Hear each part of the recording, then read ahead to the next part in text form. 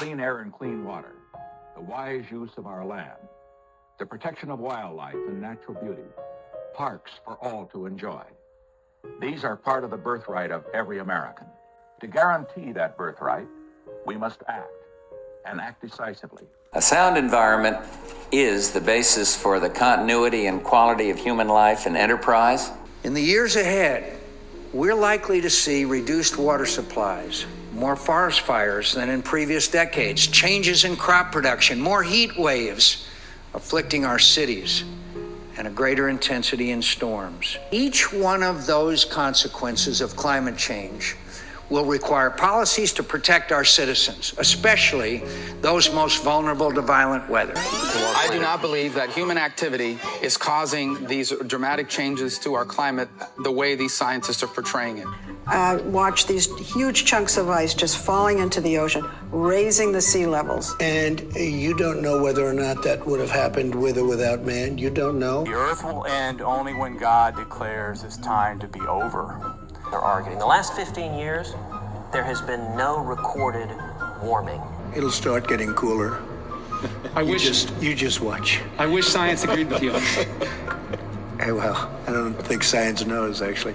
Hi friends, I hope you're having the most cozy holiday season and just taking this season as a time to rest and turn inward. And I just hope you're drinking lots of tea and sleeping a lot and doing what literally every other living organism does in the Northern Hemisphere in the winter, which is rest and sit with the silence and just shedding everything that doesn't serve you in preparation for the next season. Today's topic is something that I have been wanting to do a deep dive on for so long. Today, we are going to talk about how climate change has become a partisan issue. Now, for a lot of you younger people that are watching this, you may think that climate change has always been a super divisive partisan issue, with Republicans for the most part denying it and Democrats for the most part accepting that it is real and valid science. But it did not used to be like this. So today we're going to do a brief deep dive and unpacking of how this came to be. So sit tight, get your notes out, and let's get started. So if you're watching this and you live in the United States, then you know how much climate change has become such a divisive issue. Divisive as in nearly half of the country doesn't see climate change as a major threat. Now, when you look at data from other countries, this just isn't the case. Nearly 70% of French citizens believe climate change has become a threat to humanity. In Mexico, 93% of citizens believe climate change impacts their everyday lives. In India, 85% of people are worried about climate change. In China, 73% of adults think that climate change is the biggest challenge faced by society. And in Colombia, 94% of adults believe climate change impacts their everyday lives.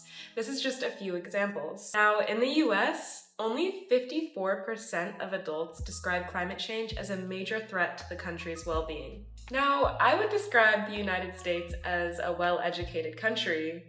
How did this happen? The answer lies in politics, but it's much deeper than that. When we look at political leanings, nearly 80% of Democrats believe climate change is a major threat, and only 23% of Republicans believe that climate change is a major threat. Climate change is clearly a divisive partisan issue in this country. But did you know that climate change used to be one of the top collaborative issues amongst Democrats and Republicans? So much so that Republicans used to champion environmental legislation. In fact, it was a Republican president that created the first ever Environmental Protection Agency.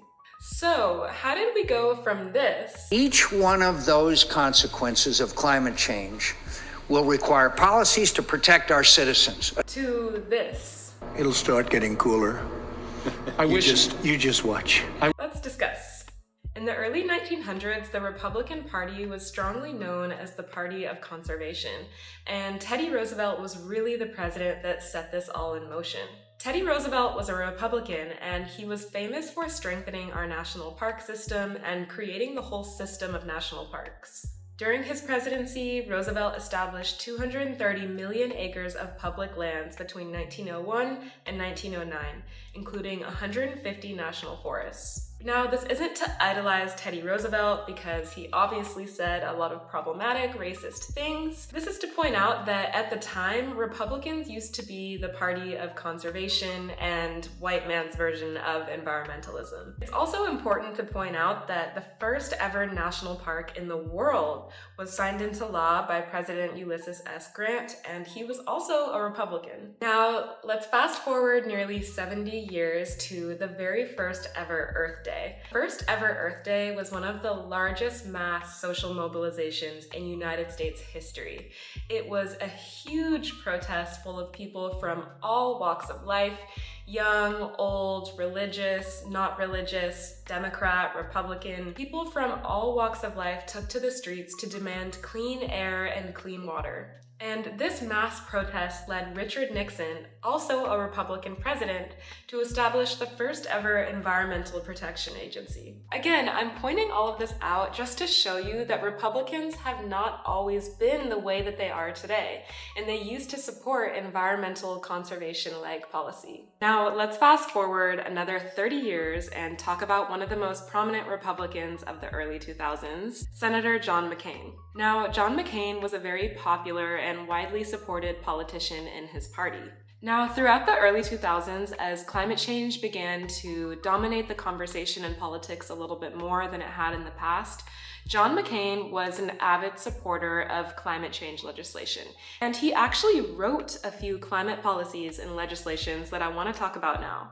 The first bill was called the Climate Stewardship Act of 2003. Now, this bill was to fund a program of scientific research on abrupt climate change and to accelerate the reduction of greenhouse gas emissions in the United States by establishing some sort of market-driven cap-and-trade system. The purpose of this bill was also to reduce the United States' dependence on foreign oil and to ensure benefits to consumers throughout this whole process. Now, if you told me that a Republican wrote this bill in 2024, I would never believe you, because climate change is so partisan now that Republicans staunchly do not support environmental legislation at all, usually across the board. McCain also co-authored a climate change legislation in 2004 called the McCain-Lieberman Bill. I'll read a little bit more about it now. McCain-Lieberman legislation, crafted in close consultation with industry leaders and supported by the environmental community, is modeled after the successful acid rain trading program of the 1990 Clean Air Act. It would require a reduction in carbon dioxide emission levels to 2000 levels by the year 2010 by capping the overall greenhouse gas emissions from the electricity generation, transportation, industrial, and commercial economic sectors, and creating a market for individual companies to trade pollution credits. Ugh, it makes me so sad that this never happened, because we would not be in the situation that we're in now with the climate crisis if we would have passed a bill like this 20 years ago. It's just so sad. And again, I'm just bringing this up to show you an example of how Republicans used to actually co-author and draft climate change legislation. And this was the first ever climate change legislation like this proposed in the United States. And it was proposed by a Republican conservative legislator. This is what the president of the Environmental Defense Fund, Fred Krupp, said about John McCain and the McCain-Lieberman Bill. The McCain-Lieberman Bill was the most substantial bipartisan effort our country has ever made to address the threat of climate change. The senator will be remembered as being on the right side of this issue.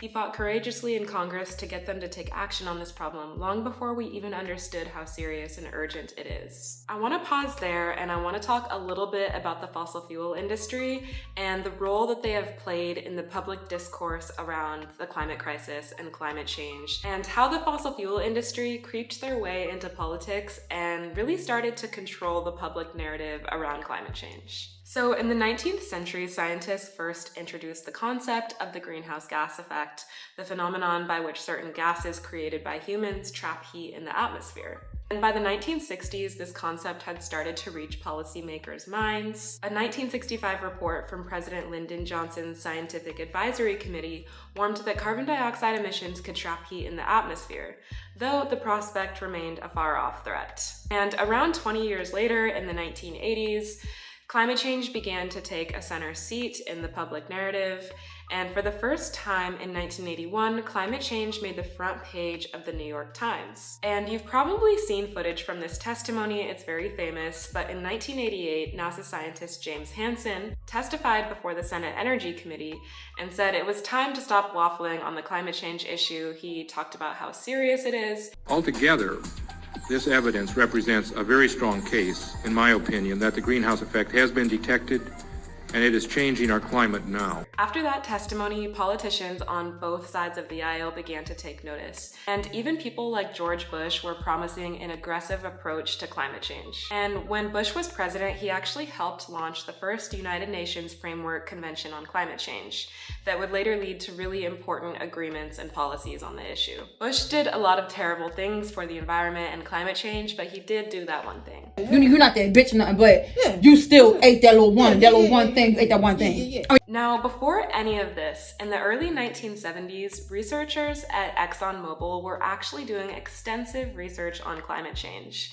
And in the 1980s, Exxon actually cut funding for its climate research program. So throughout the 1970s, Exxon, which is one of the biggest polluters in the entire world, they were doing research on climate change, and they were seeing the effects that it was going to have on the planet 30, 40 years from then. But instead of listening to that science, they cut funding for the program, and instead they put that funding into massive PR campaigns which sowed doubt about the science behind climate change. They spent a ton of money on advertisements, and they actually created the concept of a carbon footprint to place all of the responsibility on the individual rather than companies like themselves that were doing the most polluting. And after many years of paying for advertisements that doubted climate change, eventually this idea kind of broke through that the climate science was up for debate.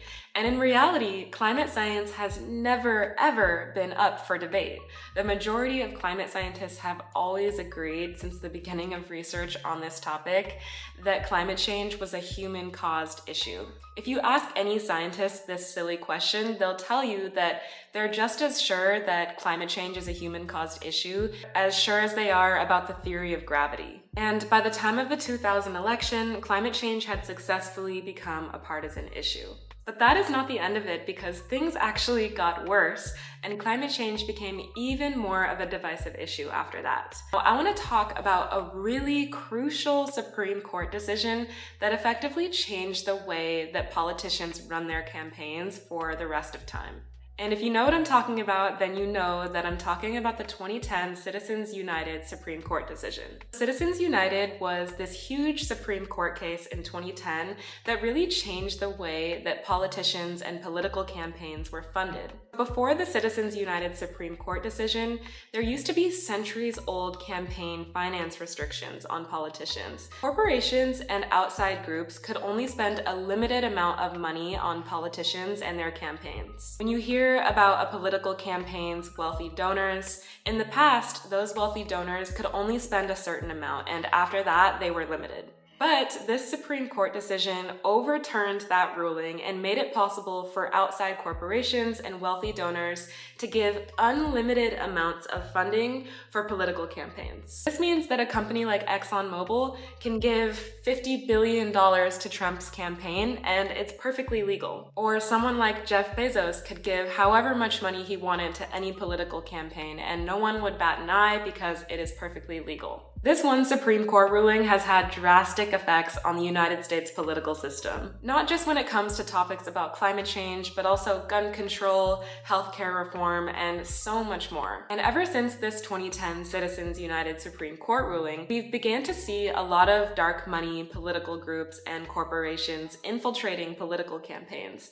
And that is not good, especially when it comes to the climate crisis, because now we see that a lot of these Republican politicians that are so staunchly against climate policy are being fully funded by fossil fuel companies and dark money groups that are funded by fossil fuel companies. It's the reason why people like Donald Trump have received over $14 million from the oil and gas industry, and why he fights so hard to protect them. When an entire industry is one of your biggest sources of campaign cash, obviously you're going to do whatever you can to keep them on your side and make them happy. And this isn't just the case with Trump, this is the case with so many other big money politicians on the left and the right. When the Green New Deal was being proposed in the United States a few years ago, Senator Mitch McConnell from Kentucky was one of the biggest opponents of the bill. But when you look at Mitch McConnell's political career, you see that he's taken over $3 million in donations from the oil and gas industry.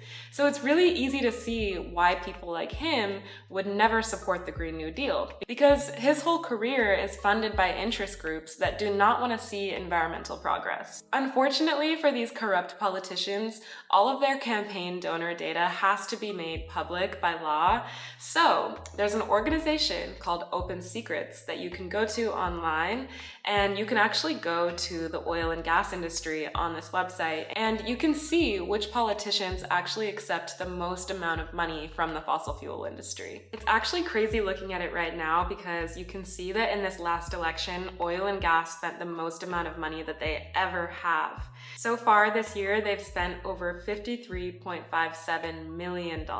These are the fossil fuel companies that are effectively running our government right now because they donate so much to our elected officials. The Koch brothers, aka Koch Inc., Chevron, Shell, Exxon, the American Petroleum Institute, ConocoPhillips, Phillips 66, BP, Marathon Petroleum, TC Energy, Valero Energy, Enbridge Inc., American Gas Association, Interstate Natural Gas Association of America, American Exploration and Production Council, and so many more. And on Open Secrets, you can actually see how the fossil fuel industry spends differently on Democrats versus Republicans. I love this website because it just makes it so abundantly clear why things are the way that they are. So in the 2024 election cycle, the oil and gas industry gave around $8 million to Democrats and almost $60 million to Republicans. That's nearly 88% of all of their campaign funding. I just think that is so fascinating, and that just tells you everything you need to know of how and why climate change has become a partisan issue in this country. It's because one political party has become completely infiltrated by an industry that does not want to give up their insane amount of profits. They do not want to change their business model. And frankly, it's an industry that shows absolutely no interest in supporting a livable future for any of us. Although learning about this can be a little bit depressing, I actually want to talk to you about some hopeful things happening, because despite all of the dark money funding from fossil fuel companies and half of our government being completely infiltrated by that industry, the American clean energy boom is here to stay. And despite what it may feel like sometimes, our voices have so much power, and there's still so much that we can do. And it's actually kind of interesting because we're starting to see a small shift. Climate change is kind of starting to become a bipartisan issue again because of everything the last president did for our climate with the infrastructure bill and the clean energy tax credits. We're actually seeing a lot of these Republican legislators notice the benefits that these bills are having in their communities, and they're actually advocating for climate policy now. So earlier this year, 18 House Republicans wrote to Speaker Johnson publicly telling him not to repeal clean energy tax credits. I think of that as a win, because even 5 years ago, you would never see Republicans asking our government to keep clean energy tax credits alive. And since President Biden signed the Inflation Reduction Act into law, of the 330,000 clean energy jobs announced, over 190,000 of them are located in 150 Republican districts across 354 projects worth more than $286 billion, revitalizing these communities. So this just goes to show that climate policy doesn't just make Democrats' lives better, it makes everyone's lives better. And once these Republican elected officials see the benefits in their communities, they don't want these things to go away. And in those districts, 75 Republican members of Congress have publicly celebrated that $187 billion of new investments that have created over 70,000 jobs. So never spread the lie that climate policy takes away jobs or kills jobs, because the Inflation Reduction Act is a prime example of the exact opposite. And it's kind of scary that we have a new president coming in that has said that he's going to repeal the Inflation Reduction Act, because that would mean more more than 1.7 million in total job losses by 2030. And to leave you with a bit more hope, I'm going to talk a little bit more about how clean energy is becoming cheaper thanks to the last president and thanks to things like the Inflation Reduction Act. So the clean energy boom is expected to save Americans $38 billion on electricity bills, and already 3.4 million American families have saved more than $8 billion on clean energy and energy efficiency upgrades that lower their energy costs. And according to a report by a nonpartisan group called Energy Innovation, repealing clean energy investments would increase annual energy costs by $240 for every family, which is $32 billion more in total household energy costs. And I want to leave you with some little tidbits about how climate change is actually slowly becoming more of a bipartisan issue again. So according to some Fox News exit polling, and if you know Fox News, they have a majority Republican, conservative-leaning audience. So according to their exit poll, 56% of their audience said that the better approach for US energy policy is to focus on expanding the use of solar and wind over expanding the production of oil and gas. Now, I think that's really fascinating considering the fact that only 23% of Republicans think that climate change is a major issue. And lastly, by a 37-point margin, a majority of Americans support expanding tax credits for renewable energy sources, such as wind and solar power. Now, given the history of climate change in the public sphere and everything that I just talked about in this video, those stats are really fascinating, and it's going to be really interesting to see how the public perception of the climate crisis shifts amongst Americans over the next 5 to 10 years. And I'm going to end this video by just reminding you to please stay involved in politics. Climate change, unfortunately, has become a very political issue, and our voices really do carry a lot of power. And never underestimate the power that your voice has to make a difference. And if you want an action to take right now, there's actually a petition being led by Climate Power against Trump's 2025 agenda. So click the link in the description of this video, go sign that petition, and just remember to stay involved politically and do not give up hope, because we hold so much power. And I truly believe deep in my core that all of us that are taking these small actions to build a more sustainable, loving world, we might not see the fruits of our actions right now, but I really do think that the work that we are doing is healing, and the healing just might be microscopic at this point right now. Like mycelial networks in forests that share information underground and create transformation and change underground through their roots, we are doing the same, and I really strongly believe that all of this change that people are working on underground eventually is going to materialize. We might not see it right now, we might not even see it in our lifetimes, but I know for a fact that we are going to see immense change on this planet, and all of the healing work that we are doing is going to make a difference. And I just know eventually that we are going to have a world without fossil fuels. We are going to have a world with abundance, with no more scarcity, with enough resources for everyone to not only survive but thrive, with clean energy, clean air, clean water, fresh food for everyone. It's all of the above. It's all gonna happen. So please don't give up hope. Keep doing the healing work that you're doing within your own community. And I'll see you guys in the next video. And thank you so much to Climate Power for sponsoring this video. Bye, friends.